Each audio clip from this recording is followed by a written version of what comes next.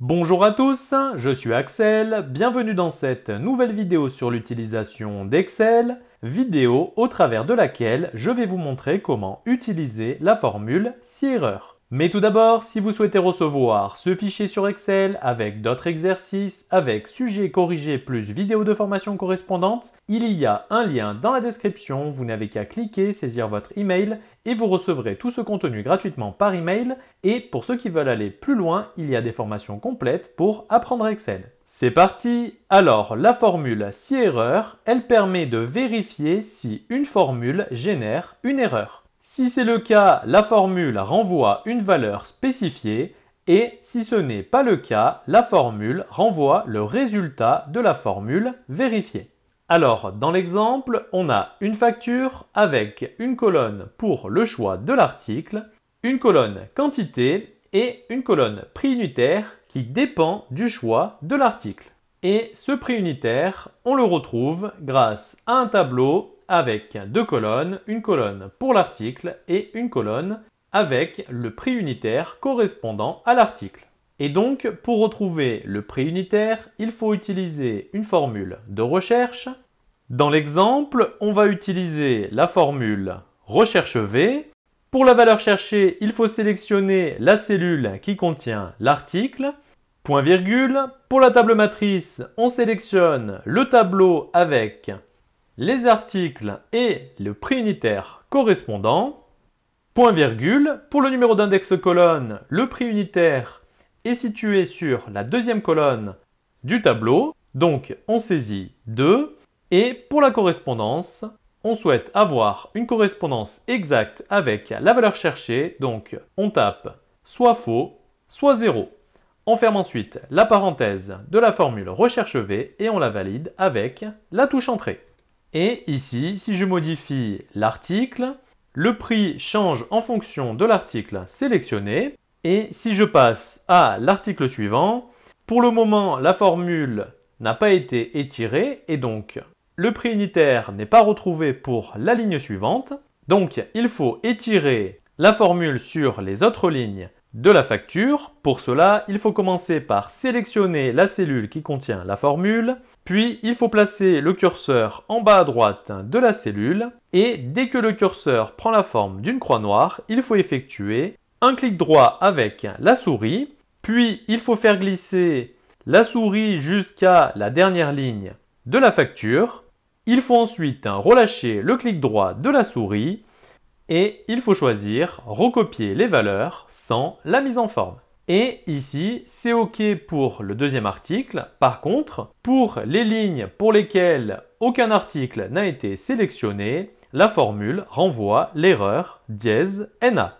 Erreur qui survient lorsqu'une formule ne retrouve pas ce qu'on lui demande de chercher. En effet, pour les lignes suivantes, aucun article n'a été sélectionné et donc la formule ne peut pas retrouver ce qu'elle cherche puisqu'il n'y a pas de valeur cherchée.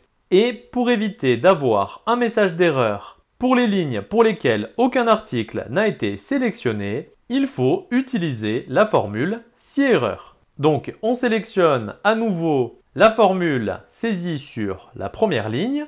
Et on va imbriquer la formule recherche V dans la formule si-erreur. On ouvre la parenthèse de cette formule. Donc pour l'argument valeur, on va utiliser la formule recherche V afin de vérifier si cette formule génère une erreur. Et si c'est le cas, point virgule, dans l'exemple, on ne souhaite rien afficher. Donc on tape deux fois les guillemets et on peut fermer la parenthèse de la formule.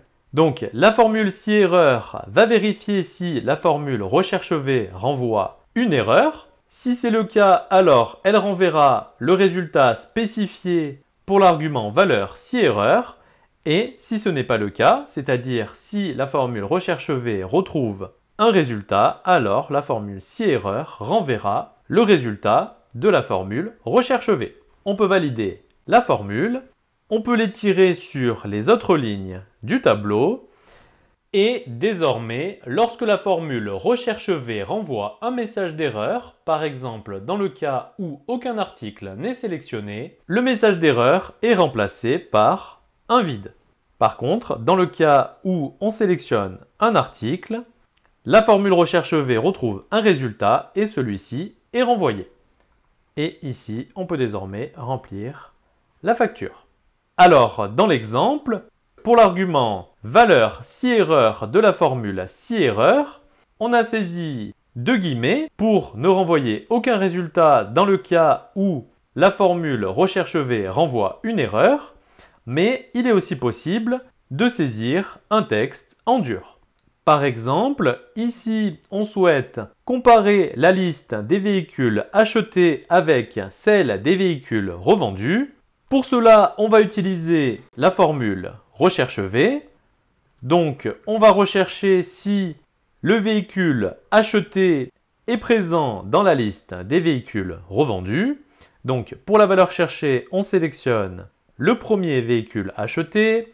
Et point virgule, pour la table matrice, on sélectionne la liste des véhicules revendus. On n'oublie pas d'appuyer sur la touche F4 afin de figer la table matrice, puisque peu importe la ligne sur laquelle on se trouve, on souhaite toujours effectuer la recherche dans la même table matrice. Et point virgule, pour le numéro d'index colonne, on a sélectionné une seule colonne pour la table matrice. Donc, on effectue forcément la recherche dans cette colonne. Donc, on tape 1 et on souhaite avoir la correspondance exacte avec la valeur cherchée. Donc, on saisit soit faux, soit 0. On ferme la parenthèse de la formule recherche V et on la valide avec la touche Entrée. On peut maintenant étirer la formule sur les autres lignes du tableau. Et ici, on voit que lorsque le véhicule acheté n'est pas retrouvé dans la liste des véhicules revendus, la formule recherche V renvoie une erreur. Et donc, on va simplement imbriquer la formule recherche V dans la formule si erreur afin de renvoyer le texte non revendu dans le cas où la formule recherche V ne retrouve pas le véhicule acheté dans la liste des véhicules revendus. On peut fermer la parenthèse de la formule si erreur et on la valide avec la touche Entrée. On étire la formule sur les autres lignes du tableau et cette fois-ci, le message d'erreur a été remplacé par le texte non revendu. On peut maintenant appliquer une mise en forme conditionnelle en fonction du texte non revendu. Pour cela, il faut commencer par sélectionner toutes les cellules, puis il faut se rendre dans l'onglet Accueil. Il faut ensuite dérouler le menu Mise en forme conditionnelle. Et dans les règles de mise en surbrillance des cellules, il faut cliquer sur l'option égale à. Et ici, on peut saisir le texte non revendu. On laisse le format par défaut et on clique sur OK. Ce qui permet de mettre en surbrillance les cellules pour lesquelles la formule recherche V n'a pas retrouvé de résultat. Et grâce au texte renvoyé en cas d'erreur, on peut même compter le nombre de véhicules non revendus. Pour cela, il faut utiliser la formule nombre.si. On ouvre la parenthèse de cette formule et ici, on va compter le nombre de fois où le texte non revendu apparaît dans la plage de cellules.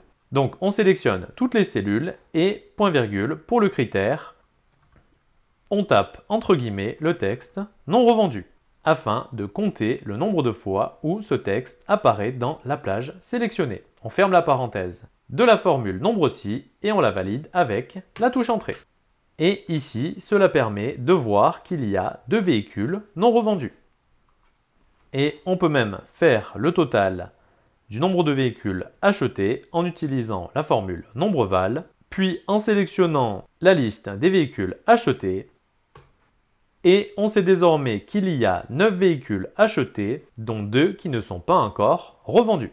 Donc voilà pour cette vidéo sur comment utiliser la formule si erreur. N'hésitez pas à mettre un petit j'aime si la vidéo vous a plu, ainsi qu'à la commenter et à la partager aux autres utilisateurs d'Excel. Je me répète, si vous souhaitez recevoir le fichier Excel utilisé pour cette vidéo, il y a un lien dans la description. Vous n'avez qu'à cliquer, saisir votre email et vous recevrez directement ce fichier par mail. J'espère en tout cas que cette vidéo vous sera utile et quant à nous, on se dit à la prochaine.